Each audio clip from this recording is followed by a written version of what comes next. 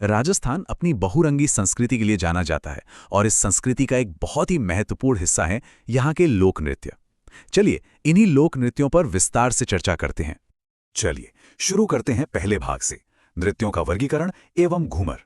तो सबसे पहले ये समझना जरूरी है कि राजस्थान के लोक नृत्यों को बांटा कैसे जाता है, और फिर हम बात करेंगे सबसे प्रसिद्ध नृत्य घूमर की। देखिए, राजस्थान के लोक नृत्यों को हम मुख्य रूप से दो तरह से बांट सकते हैं। पहले हैं क्षेत्रीय लोक नृत्य। अब जैसा कि नाम से ही साफ है, ये वो नृत्य हैं जो किसी खास क्षेत्र या इलाके से जुड़े हैं। जैसे मारवाड़ का कोई अपना नृत्य है, शेखावाटी का अपना। और दूसरी तरफ हैं जनजाति लोक नृत्य। ये किसी इलाके से नहीं बल्कि किसी खास जनजाति से जुड़े होते हैं, जैसे भील जनजाति का नृत्य या गरासिया जनजाति का। ये उनकी परंपराओं और जीवन शैली को दिखाते हैं। अब बात करते हैं घूमर की, जिसे राजस्थान का गौरव भी कहा जाता है। सबसे पहली और महत्वपूर्ण बात, ये राजस्थान का राजकीय लोक नृत्य है। इसे नृत्यों का सिरमौर भी कहते हैं, मतलब सभी नृत्यों में सबसे ऊपर, और साथ ही लोक नृत्यों की आत्मा भी। अच्छा, पुराने जमाने में ये राज दरबारों में होता था, इसीलिए इसका एक नाम रजवाड़ी नृत्य भी पड़ गया। ये नृत्य सबसे ज्यादा गणगौर के पर्व पर किया जाता है। और एक बात ध्यान रखने वाली है कि ये नृत्य केवल महिलाओं द्वारा ही किया जाता है। अच्छा, अब घूमर की तकनीक और इसकी उत्पत्ति को भी समझ लेते हैं। इसमें खास तरह की चाल होती है जिसे सवाई कहा जाता है। इसमें होता यह है कि नर्तकियां नाचते नाचते जमीन पर अंक 8 की आकृति बनाती हैं। अगर इसकी उत्पत्ति की बात करें तो माना जाता है कि इसका विकास भील जनजाति ने किया था। इसका नाम घूमर क्यों पड़ा? ये इसके लहंगे के घेर की वजह से है, जिसे घूम कहते हैं, और जब वो नाचते हुए फैलता है तो उसी से इसका नाम घूमर पड़ा। और इसकी शैली की खास बात है हाथों का बहुत ही लचकदार और कोमल संचालन। घूमर के भी हमें 3 अलग अलग रूप देखने को मिलते हैं। पहला तो है घूमर, जो सामान्य रूप से सभी महिलाएं करती हैं। दूसरा है लूर, जब गरासिया जनजाति की महिलाएं घूमर करती हैं तब उसे लूर कहा जाता है। और तीसरा रूप है झूमरियों, जब छोटी छोटी बालिकाएं इस नृत्य को करती हैं तो उसे झूमरियों कहते हैं। अच्छा, इस नृत्य में कौन कौन से वाद्य यंत्र इस्तेमाल होते हैं? तो इसमें ढोलक, नगाड़ा, मंजीरा और शहनाई का प्रयोग होता है। एक और जरूरी बात है इसके संरक्षण से जुड़ी हुई। इस नृत्य को बचाने और बढ़ावा देने के लिए एक गणगौर घूमर नृत्य अकेडमी भी है। इसकी स्थापना 1986 में हुई थी मुंबई में, और इसकी संस्थापक थी राजमाता गोवर्धन कुमारी। इसका उद्देश्य यही था कि इस नृत्य को संरक्षण दिया जा सके। तो घूमर को समझने के बाद चलिए अब आगे बढ़ते हैं और कुछ प्रमुख क्षेत्रीय नृत्यों को देखते हैं। तो सबसे पहले बात करते हैं घुड़ला नृत्य की। ये नृत्य जोधपुर यानी मारवाड़ क्षेत्र का है। इसकी विशेषता क्या है? इसकी विशेषता है छिद्रित मटका, जिसके अंदर एक जलता हुआ दीपक रखा होता है। महिलाएं इस मटके को अपने सिर पर रखकर संतुलन बनाती हैं और फिर नृत्य करती हैं। अगला नृत्य है कच्ची घोड़ी, जो शेखावाटी क्षेत्र का है। पहली बात, ये एक व्यावसायिक नृत्य की श्रेणी में आता है। यह नृत्य विवाह के अवसर पर होता है और इसे केवल पुरुष करते हैं। इसमें नर्तक अपनी कमर पर लकड़ी की घोड़ी बांधते हैं, और जब ये समूह में नृत्य करते हैं तो एक बहुत सुंदर पैटर्न बनता है। ऐसा लगता है जैसे कोई फूल खिल रहा हो और फिर बंद हो रहा हो। इसमें झांझ, ढोल, बांकिया और थाली जैसे वाद्य यंत्रों का इस्तेमाल होता है। अब बात करते हैं अग्नि नृत्य की। ये बीकानेर का है। ये नृत्य जसनाथी संप्रदाय के लोग करते हैं, और इसकी सबसे खास बात क्या है कि इसे धधकते हुए अंगारों पर किया जाता है। नर्तक अंगारों पर चलते हुए फतेह फतेह का उद्घोष करते हैं। अब आते हैं जालोर के ढोल नृत्य पर। जैसा नाम से ही पता चल रहा है, ये ढोल पर किया जाता है। इसमें ढोल बजाने की खास शैली है जिसे थाकना शैली कहते हैं। इस नृत्य को लोकप्रिय बनाने का श्रेय जय नारायण व्यास को दिया जाता है। इसके बाद है चरी नृत्य, जो किशनगढ़ का प्रसिद्ध है। ये नृत्य गुज्जर समुदाय की महिलाएं करती हैं। इसमें होता क्या है कि महिलाएं सिर पर चरी यानी एक पात्र रखती हैं, जिसमें जलते हुए कपास के बीज होते हैं, और फिर उसे सिर पर रखकर नृत्य करती हैं। इसकी सबसे प्रसिद्ध कलाकार हैं फल्कुबाई। व्यावसायिक नृत्यों में सबसे प्रमुख है भवाई नृत्य, जो उदयपुर क्षेत्र का है। ये भी एक व्यावसायिक नृत्य है। इसके प्रवर्तक बाघाजी या नागोजी माने जाते हैं, जो अजमेर के थे। इसमें कई तरह के करतब दिखाए जाते हैं, जैसे सिर पर 7 से 9 मटके रखकर संतुलन बनाना, या फिर ग्लास, थाली और तलवार पर नाचना। इसके प्रमुख कलाकारों में रूप सिंह, अस्मिता काला और दयाराम का नाम आता है। अगला नृत्य है 13 ताली। इसकी तकनीक क्या है? इसमें 13 मंजीरों का इस्तेमाल होता है। इसीलिए इसे 13 ताली कहते हैं। इसकी शैली बहुत खास है क्योंकि ये नृत्य बैठकर किया जाता है। महिलाएं नृत्य करती हैं और पुरुष वाद्य बजाते हैं। इसमें चौतारा, मंजीरा, तानपुरा और चिमटा जैसे वाद्य यंत्र इस्तेमाल होते हैं। और इसके प्रमुख कलाकारों में मांगी बाई, मोहिनी और लक्ष्मण दास कामड़ का नाम लिया जाता है। शेखावाटी क्षेत्र में होता है गींदड़ नृत्य। ये होली के अवसर पर होता है और इसमें अलग अलग तरह के स्वांग रचे जाते हैं, जैसे साधु, शिकारी, सेठ सेठानी के। दूसरा, शेखावाटी में ही चंग या ढप नृत्य भी होली पर होता है। इसमें पुरुष वाद्य यंत्र लेकर नृत्य करते हैं। फिर है डांडिया नृत्य। ये मारवाड़ में होता है, लेकिन होली के बाद। इसमें भेरू जी का गुणगान किया जाता है। नाहर नृत्य, ये मांडल भीलवाड़ा का है। इसमें शरीर पर रुई लगाकर नाहर यानी शेर का स्वांग रचा जाता है। फिर है बम नृत्य, ये भरतपुर और अलवर में होता है, खास तौर पर नई फसल आने की खुशी में। और तीसरा है गरबा नृत्य। ये डूंगरपुर और बांसवाड़ा में नवरात्रों के अवसर पर किया जाता है। इसी सूची में आगे है बिंदोरी नृत्य, जो झालावाड़ में होता है और इसे केवल पुरुष करते हैं। फिर है डांग नृत्य। यह नाथ द्वारा राजसंबंध का है और यह एक युगल नृत्य है, मतलब इसमें स्त्री और पुरुष दोनों भाग लेते हैं। और एक बहुत ही महत्वपूर्ण है लांगुरिया नृत्य। यह कैला देवी माता के मंदिर में होता है और इसे मीणा जनजाति के लोग करते हैं। अंत में कुछ और विविध नृत्यों पर भी एक नज़र डाल लेते हैं, जैसे ब्यावर अजमेर का भैरव या मयूर नृत्य, हाड़ौती क्षेत्र का झूमर नृत्य जो महिलाएं करती हैं, जालोर में होली पर महिलाओं द्वारा किया जाने वाला लूम्बर नृत्य, बागड़ में दीपावली पर होने वाला पेजण नृत्य, कोलूगांव फलौदी का थाली नृत्य और वागड़ क्षेत्र में होली पर होने वाला राण नृत्य। तो देखिए, इस विषय को ठीक से समझने के लिए हम इसे कुछ हिस्सों में देखेंगे। सबसे पहले हम गरासिया जनजाति के नृत्यों की बात करेंगे, उसके बाद कंजर और भील जनजातियों के नृत्य देखेंगे, फिर कुछ और जो प्रमुख जनजातीय नृत्य हैं और दूसरी जातियों के नृत्य हैं उन पर भी एक नजर डालेंगे, और सबसे आखिर में राजस्थान का जो शास्त्रीय नृत्य है कथक, उसके बारे में जानेंगे। तो ठीक है, शुरुआत करते हैं पहले भाग से, गरासिया जनजाति के नृत्य। अच्छा, तो गरासिया जनजाति का एक बहुत ही खास नृत्य है वालर नृत्य। ये नृत्य मुख्य रूप से सिरोही क्षेत्र में होता है। इसकी जो बनावट है वो काफी दिलचस्प है।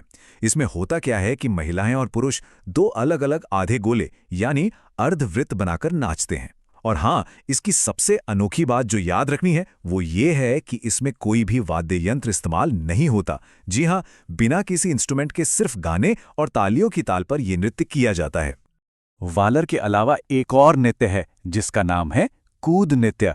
ये भी बिल्कुल वालर की तरह ही है, मतलब इसमें भी कोई वाद्य यंत्र नहीं होता। लय बनाने के लिए सिर्फ तालियों का प्रयोग करते हैं। इन दोनों के अलावा भी गरासिया जनजाति के कई और भी नृत्य हैं, जैसे कि लूर, मोरिया, मांदल और जवारा, गौर, रायण, गरवा। ये सभी नाम इनकी संस्कृति से जुड़े हुए महत्वपूर्ण नृत्य हैं।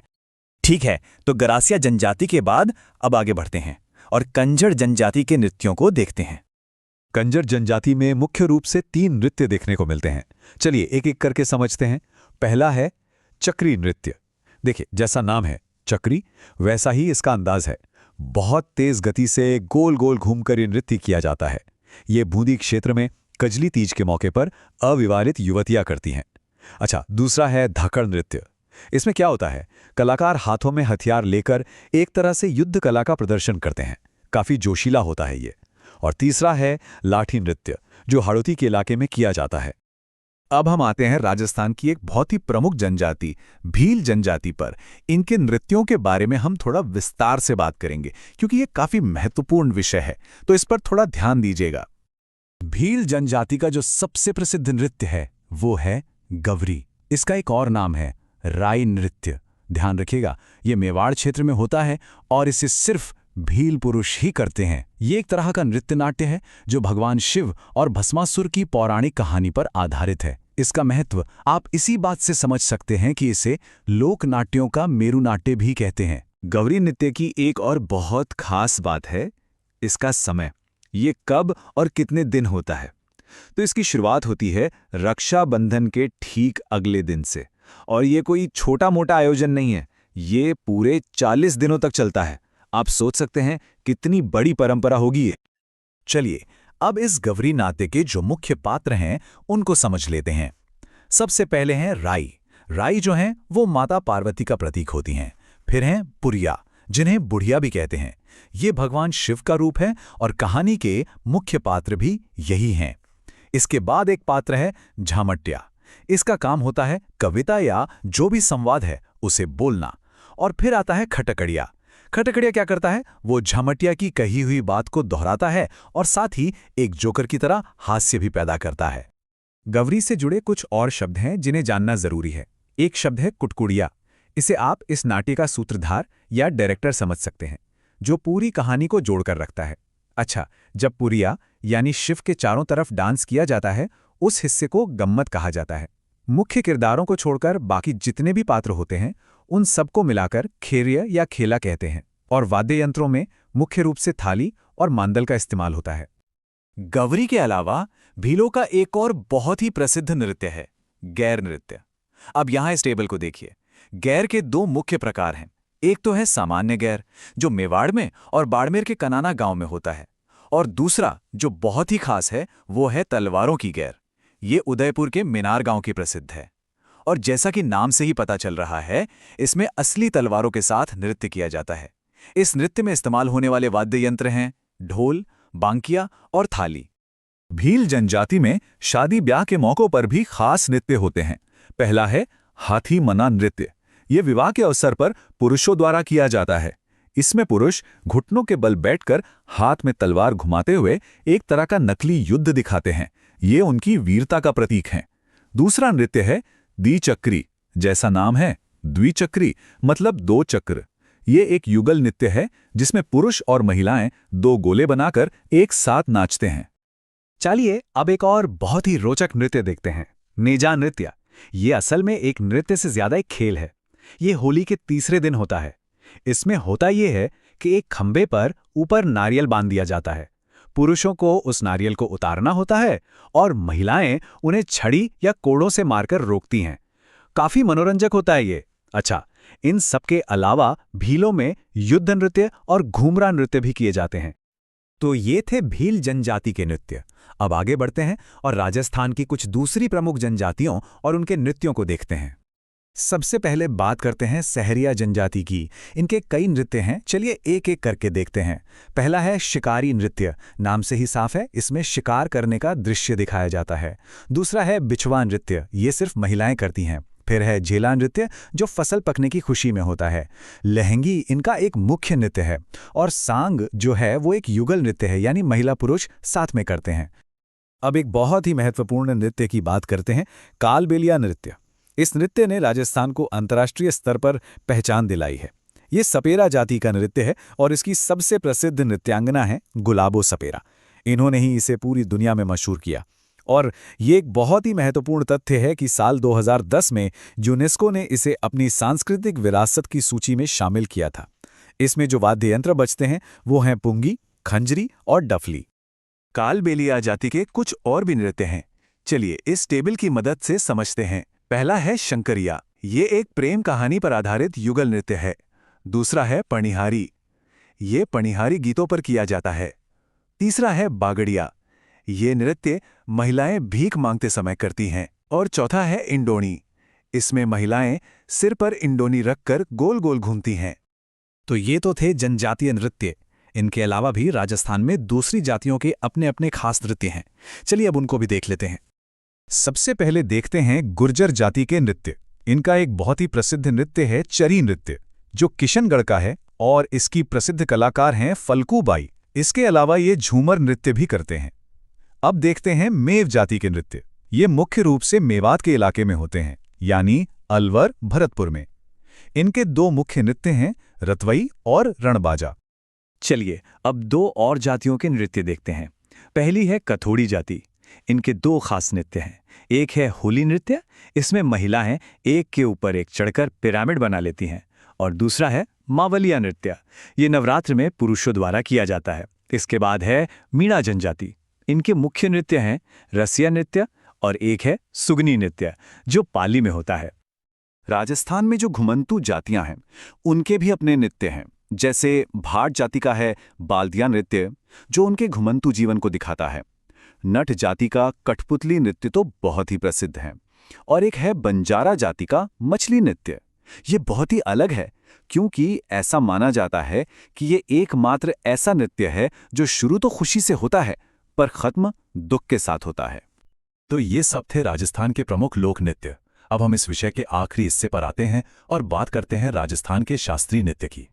राजस्थान का जो एकमात्र शास्त्रीय नृत्य है वो है कत्थक। कत्थक का जो सबसे पुराना घराना है, जिसे आदिम घराना कहते हैं, वो जयपुर घराना ही है और इसके प्रवर्तक माने जाते हैं भानुजी महाराज। बाद में लखनऊ और बनारस घराने भी बने। इस नृत्य को पूरी दुनिया में प्रसिद्ध करने में पंडित बिरजू महाराज जैसे महान कलाकारों का बहुत बड़ा योगदान है और उनके अलावा पंडित बाबूलाल, प्रेरणा श्रीमाली और अलका नूपुर जैसे कलाकारों ने भी इस परंपरा को जीवित रखा है।